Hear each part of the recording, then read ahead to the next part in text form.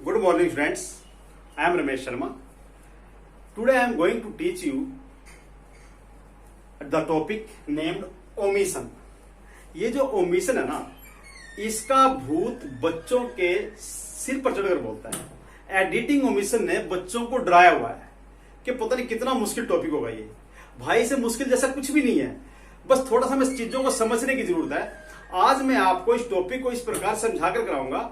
लंबा टॉपिक चलेगा थोड़ा सा, मैं आपको इससे कम 20 से 30 पैराग्राफ करवाऊंगा और उन पैराग्राफ से आपको अच्छे समझ में आ जाएगा। साथ में कुछ रूल बताऊंगा कि किस प्रकार से हम इसको कर सकते हैं। सबसे पहले देखिए हमें क्या करना चाहिए इसके लिए। सबसे पहले जो हमें जो पैसेज दिया गया है, इस पैसेज को हमें 2 से 3 बार पढ़ना होगा। जब हम पैसेज 2-3 बार पढ़ चुके होंगे, उसके बाद हम ऑब्जर्व करेंगे कि जो हमारा जो पैसेज है ये कौन से टेंस में लिखा गया है। मेन बात, कौन से टेंस में लिखा गया है, कौन सी वर्ब की फॉर्म इसके अंदर इस्तेमाल हुई है। ध्यान रखना, कौन से टेंस में लिखा गया है और कौन सी वर्ब की फॉर्म इसके अंदर इस्तेमाल हुई है, ये सबसे ध्यान रखने की बात है। उसके बाद हम ऑब्जर्व करेंगे इसके अंदर क्या प्रोनाउन इस्तेमाल हुआ है, कौन सी प्रेपोजिशन इसके अंदर इस्तेमाल होनी है, क्या इसके अंदर कोई आर्टिकल छूट गया है, आर्टिकल्स इसके अंदर हमें लगाने हैं, वर्ब की फॉर्म कोई छूट गया, वर्ब की फॉर्म लगानी है, कोई हेल्पिंग वर्ब छूट जाती है, आमतौर पे हेल्पिंग वर्ब लगानी है। उसके बाद हमने देखना है सब्जेक्ट वर्ब एग्रीमेंट, कि जो हमारा सब्जेक्ट है उसके साथ जो वर्ब है वो एग्री कर रही है नहीं कर रही है। अगर वर्ब एग्री नहीं कर रही है तो हमें सही वर्ब उसके अंदर लगानी होगी। उसके बाद हम देखेंगे कंजंक्शन, कि क्या सही कंजंक्शन इस्तेमाल हो रहा है। अगर हमारी कंजंक्शन छूट गई है तो हमने कंजंक्शन भी इसके अंदर इस्तेमाल करनी है। उसके बाद हम इसके अंदर देखेंगे लॉजिक एंड लैंग्वेज, कि हमारा इसके अंदर लॉजिक क्या बनता है, लैंग्वेज किस प्रकार की इस्तेमाल की गई है, हमने उस हिसाब से इसको बनाना है। ये काफी सारी चीजें हैं जो मैटर करती हैं।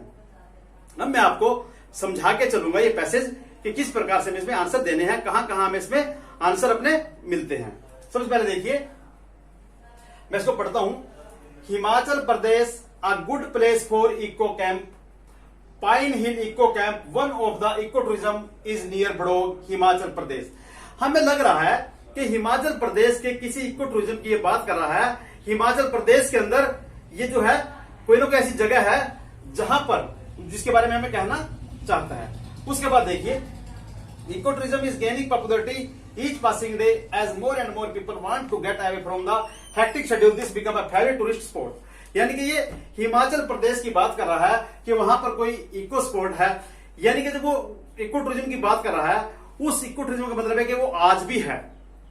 यानी कि इस टॉपिक के जो बात की गई है वो प्रेजेंट की बात की गई है। ये बात हमें यहां पर समझ में आ जानी चाहिए। ये हमारी लॉजिक और लैंग्वेज है और यही हमारा ऑब्जर्व द टेंस है। यानी कि हमें लॉजिक और लैंग्वेज समझ में आ गया कि ये जो बात कर रहा है, किसी स्पोर्ट की बात कर रहा है, किसी इको टूरिज्म की बात कर रहा है, वो जगह आज भी हिमाचल प्रदेश में है।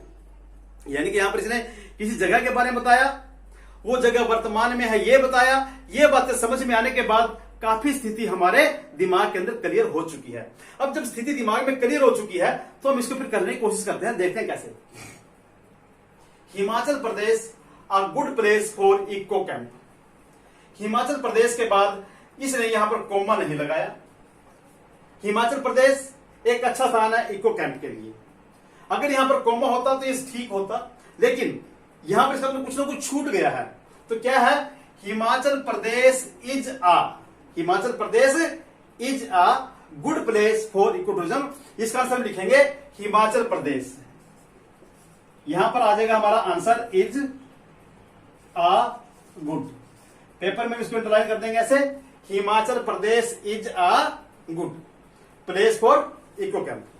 नेक्स्ट देखिए, for pine hill eco camp, one of the eco tourism. Pine hill eco camp, जो पाइन हिल इको कैंप है वो क्या है, pine hill eco camp eco tourism में से एक है। इज वन ऑफ द, क्या आ जाएगा यहां पर, इज। यहां पर भी क्या आ जाएगा, is. Pine hill eco camp is, eco camp is one of. यहां पर हमें समझ में आ गया कि पाइन हिल इको कैंप क्या है कोई चीज, इज है one of the eco tourism. यहां पर पाइन हिल इको कैंप जो है ये सब्जेक्ट का काम कर रहा है, इज यहां पर मेन वर्ब का काम करेगी। Is one of the eco tourism, कहां पर है ये, इज नियर बड़ोग। कहां पर है ये, बड़ोग के पास है। किसके पास है, बड़ोग। ये शिमला के पास एक जगह हिमाचल प्रदेश में बड़ोग, ये जगह का नाम है बड़ोग, हिमाचल प्रदेश। याद रखो, आपको कुछ चीजें पता होना चाहिए बेसिक। जब भी दो जगह के नाम आते हैं, एक जगह बड़ी हो और एक जगह छोटी हो, जो छोटी जगह है वो बड़ी जगह के अंदर आती है। तो यहां पर क्या होगा, नियर बड़ोग इन हिमाचल प्रदेश। जो बड़ोग है वो कहां पर है, हिमाचल प्रदेश में है। तो क्या आ जाएगा, one of the eco tourism is near Barog in Himachal Pradesh. कहां पे आई बड़ोग, हिमाचल प्रदेश में। ध्यान रहे, जब भी हम दो जगह की बात कर रहे हो, एक छोटी जगह एक बड़ी जगह, बड़ी जगह के अंदर हमेशा छोटी जगह आती है, यानी कि छोटी जगह के अंदर छोटी जगह जो बड़ी जगह के अंदर आती है, यानी कि बड़ोग इन हिमाचल। बड़ोग कहां पर है, हिमाचल प्रदेश में है। तो हमारा आंसर आ जाएगा Barog in Himachal Pradesh.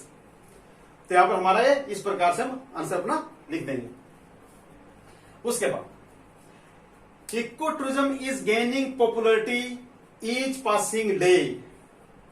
Eco tourism जो है वो प्रत्येक बदलते हुए दिन के साथ पॉपुलरिटी गेन कर रहा है, यानी कि हर बढ़ते हुए दिन के साथ वो पॉपुलरिटी गेन कर रहा है। मैंने हिंदी में बोला कि हर बदलते दिन के साथ, लेकिन इसमें कहीं पर साथ नहीं है। तो आपने यहां पर लॉजिक लगाना होगा कि यहां पर ये कैसे आएगा। Eco tourism is gaining popularity with each passing day, with popularity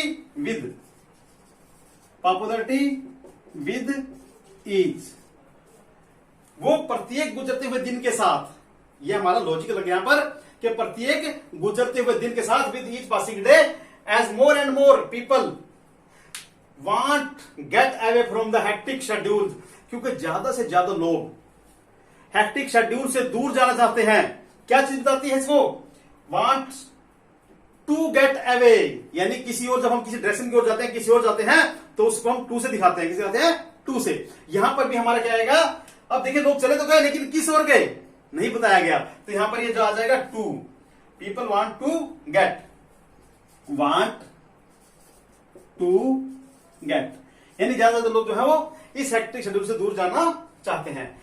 this become a favourite spot, ये हो गया, दिस बिकम, ये हो गया। गलत लग रहा है आपको, क्योंकि अगर ये हो गया होता तो सेकंड फॉर्म होती बिकेम होता है यहां पर, लेकिन ये बिकम है, ये हो जाता है, फिर भी सही नहीं है। फिर भी बिकम जो होती है यहां पर, क्या होना चाहिए था, बिकम से अगर सकता। इट मीन ये वर्ब की थर्ड फॉर्म है यहां पर।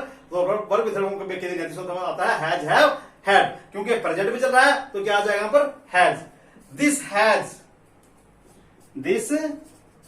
हैज बिकम, ये बन चुका है, ये बन चुका है एक फेवरेट टूरिस्ट स्पॉट। अब देखिए, मैंने आपको ये ओमिशन करवाया, पूरा पैसेज आपको समझाया। इस पैसेज को समझते वक्त आपके दिमाग में कई सारी चीजें आई कि इसको हमने कैसे, इनकी जो ओमिशन थी उनको कंप्लीट किया, किस प्रकार से हमने इनके ब्लैंक को ढूंढा, किस प्रकार से हमने इसको फिल किया। कुछ मुख्य चीजें थी, हमने इसके अंदर टेंस को देखा, टेंस में क्या आया, फिर हमने देखा कि इसके अंदर लॉजिक के साथ में कुछ चीजें लगाई हैं, हमने देखा हेल्पिंग वर्ब भी इसके अंदर हमने लगाई है। आपने इस पैराग्राफ को जो मैंने करवाया है 2 से 3 बार ध्यान से देखना, वीडियो को रोक रोक कर देखना, समझना, और फिर इसको आप 2-3 बार करके देखना, आपको मिशन अच्छे से समझ में आ जाएगी। मैं इस प्रकार से 20 से 30 पैराग्राफ इसके आपको करवा दूंगा और आपको अच्छे से समझ में आ जाएगी। और आज की जो वीडियो हमारी, ये मुझे लगता है वीडियो कंप्लीट होने के बाद आपको कुछ जो पैराग्राफ हमारा समझ में आया होगा। और जब मेरा पैराग्राफ आपको समझ में आ गया, आपको लगता है इससे कुछ अन्य बच्चों को फायदा होना चाहिए, तो आप इसको शेयर और सब्सक्राइब कीजिए। धन्यवाद, मिलते हैं नेक्स्ट वीडियो में।